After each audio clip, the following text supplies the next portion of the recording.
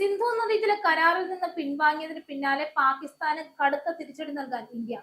സിന്ധുവിന്റെ പ്രധാന പോഷക നദിയായ ചെനാബിൽ വമ്പൻ ജലവൈദ്യുത പദ്ധതിയുടെ പ്രവർത്തനങ്ങൾ ഇന്ത്യ ആരംഭിച്ചതായി റിപ്പോർട്ടുകൾ പുറത്തുവന്നത് പാകിസ്ഥാനെ കുറച്ചൊന്നുമല്ല ഞെട്ടിച്ചിരിക്കുന്നത്.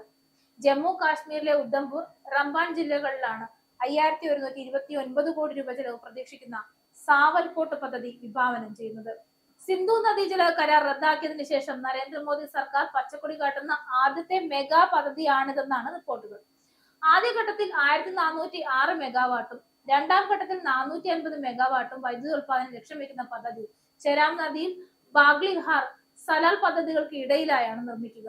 ഈ മെഗാ പദ്ധതിക്കായി national hydro electric power corporation limited February 5-ന് കമ്പനികളെ ക്ഷണിച്ചതായും റിപ്പോർട്ടുകളുണ്ട്.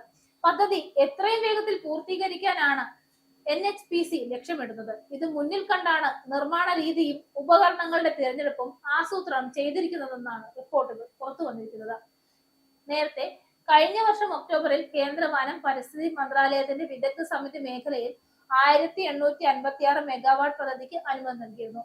മാത്രമല്ല, ചെനാബ് നദീതടത്തിലെ മറ്റ് പ്രധാന ജലവൈദ്യുത പദ്ധതികൾ വേഗത്തിലാക്കാനും കേന്ദ്ര സർക്കാർ നിർദ്ദേശം നൽകിയിരുന്നു. നേരത്തെ സിന്ധു ജല കരാറുമായി ബന്ധപ്പെട്ട് പാകിസ്ഥാന്റെ പരാതിയിൽ ഹേഗിലെ ആർബിട്രേഷൻ കോടതി പുറപ്പെടുവിച്ച ഉത്തരവുകൾ ഇന്ത്യ തള്ളിയിരുന്നു. കോടതി നടത്തുന്ന നടപടികൾ നിയമവിരുദ്ധമാണെന്ന് ആവർത്തിച്ച ഇന്ത്യ കോടതിയുടെ പ്രവർത്തനങ്ങൾക്കോ ഉത്തരവുകൾക്കോ നിയമസാധുത ഇല്ലെന്നും വ്യക്തമാക്കി. അതിനാൽ കോടതി നിർദ്ദേശപ്രകാരമുള്ള രേഖകൾ ഹാജരാക്കാനോ വാദങ്ങളിൽ പങ്കെടുക്കാനോ ഇന്ത്യ തയ്യാറല്ലെന്നും സർക്കാർ വൃത്തങ്ങൾ അറിയിച്ചു.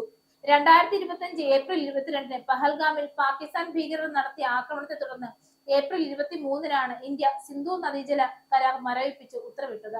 ഭീകരവാദം അവസാനിപ്പിക്കാതെ പാകിസ്ഥാനുമായി ജലസഹകരണം സാധ്യമല്ലെന്ന ഇന്ത്യയുടെ വ്യക്തമായ സന്ദേശമായിരുന്നു ഈ നീക്കം.